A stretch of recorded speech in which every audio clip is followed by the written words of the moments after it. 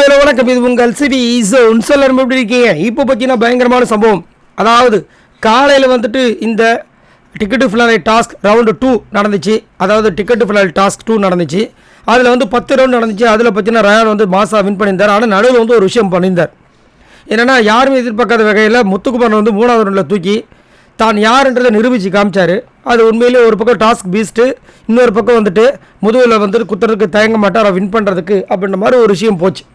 நம்ப வேண்டாம், இந்த தயவு செஞ்சு நம்பாதீங்க, நான் டாஸ்க்குக்காக யாரை வேணாலும் குத்துவேன் அப்படின்ற மாதிரி. ஆனால் உண்மையிலே ஒரு ஸ்மார்ட்டான ஒரு ப்ளே தான்.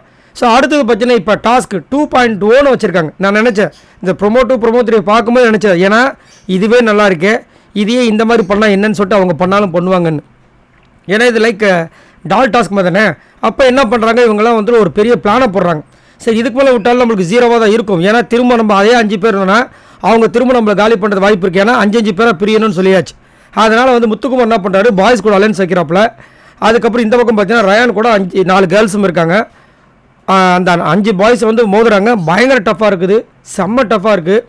ஆனால் வந்துட்டு செங்கல் டாஸ்கில் என்ன பிளானை எக்ஸிக்யூட் பண்ணாங்களோ அதே மாதிரி வந்து பவித்ரா ஒரு பக்கம் வந்து பெல்லை பிடிங்கி வச்சுக்கிறதும், மஞ்சரி செம்ம ஃபைட் பண்ணாங்க.